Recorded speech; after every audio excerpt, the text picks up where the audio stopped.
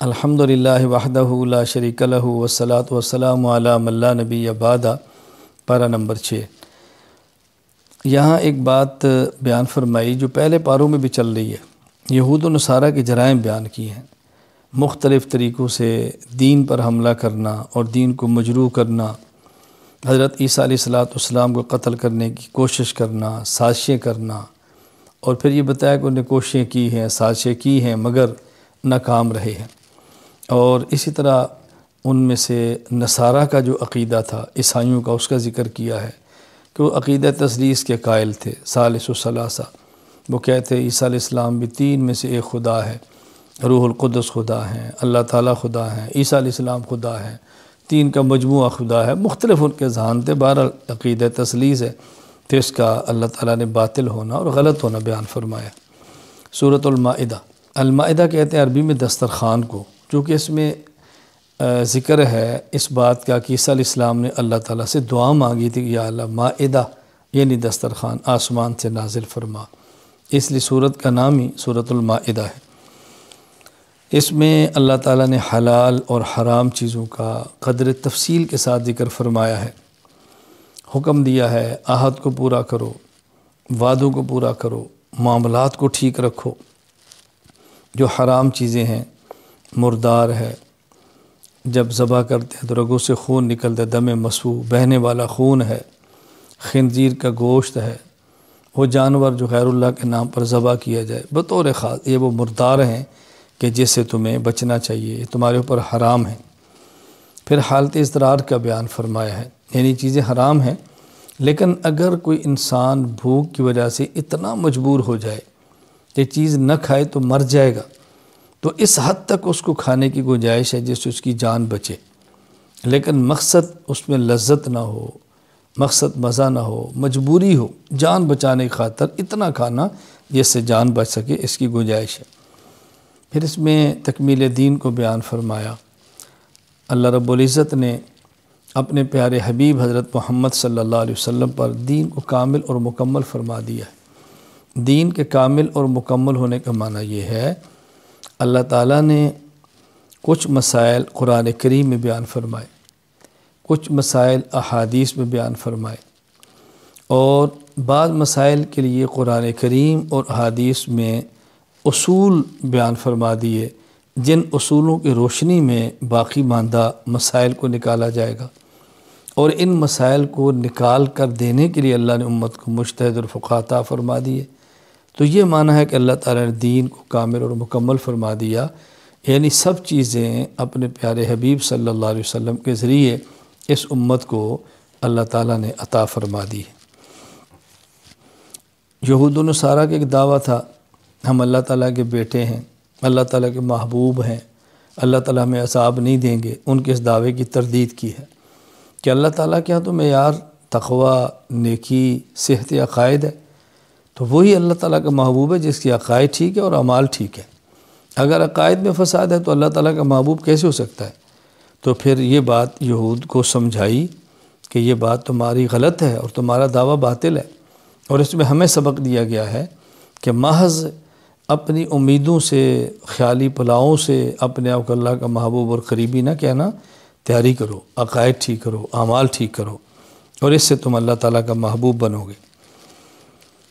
پھر اس بارے میں حضرت آدم علیہ السلام کے دو بیٹے حابیل اور قابیل کا ذکر فرمایا ہے، کیونکہ آدم علیہ السلام اور اماں حوا دنیا کے پہلے خامد اور بیوی ہیں، تو حضرت حوا کے پیٹ سے ایک بیٹی اور بیٹا پیدا ہوتا، پھر بیٹی اور بیٹا پیدا ہوتا، تو جو اکٹھے بیٹی اور بیٹا پیدا ہوتے ان کا آپس میں نکاح نہیں ہوتا تھا، بلکہ ایک پیٹ سے بیٹا، پھر بعد میں بیٹی، ایک پیٹ سے بیٹی، دوسرے پیٹ سے بیٹا، ان کا نکاح ہوتا۔ تو قابیل کے ساتھ جو بیٹی پیدا ہوئی وہ چاہتا تھا میرا اس سے نکاح ہو نہیں سکتا تھا، تو قابیل نے اس مقصد کے لیے حابیل کو قتل کر دیا۔ وہ واقعہ اللہ تعالیٰ نے یہاں بیان فرمایا، بڑی تفصیل کے ساتھ بیان فرمایا ہے۔ پھر ایک ہے چور، ایک ہے ڈاکو، ایک ہے باغی۔ اللہ تعالیٰ نے چھٹے پارے میں ڈاکوں اور باغیوں کی سزا کا ذکر فرمایا۔ بعض ایسے ہیں جن کو سولی پر چڑھا دینا چاہیے، بعضوں کے ہاتھ اور پاؤں کو مخالف جانب سے کاٹ دینا چاہیے۔ تو ان کی جو مختلف سزائیں تھیں وہ اللہ تعالیٰ نے بیان فرمائیں، اور پھر یہ بھی بیان فرمایا کہ ان سزاؤں کا بنیادی مقصد امت سے جرائم کو ختم کرنا ہے۔ یہ ایسی عبرت ان کو بنا دو کہ کوئی آدمی یہ گناہ اور جرم کرنے کی جرت نہ کرے۔ چھٹے پارے میں اسلامی قوانین اور حدود کو بیان فرمایا ہے، اس جرم کی یہ حد ہے، اس جرم کی یہ حد ہے۔ بعض جرائم کی حدود بیان کی ہے اور کہیں اللہ تعالیٰ نے ضابطے بیان فرما دی ہیں۔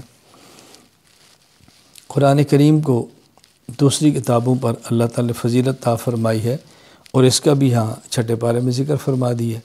قرآن کریم باقی آسمان کی کتابوں سے افضل ہے۔ ایک تو اتنا کافی ہے کہ اللہ نے فرما دیا ہے، ہمارے آخری حبیب صلی اللہ علیہ وسلم پر نازل ہوئی ہے، لیکن وجہ بھی بیان فرما دی کہ اس میں عقائد، عبادات، اخلاقیات، معاشرات، معاملات، یہ پانچوں چیزیں موجود ہیں، اور جس طرح اس میں موجود ہیں اس طرح کسی آسمانی کتاب میں تفصیل کے ساتھ موجود نہیں ہے۔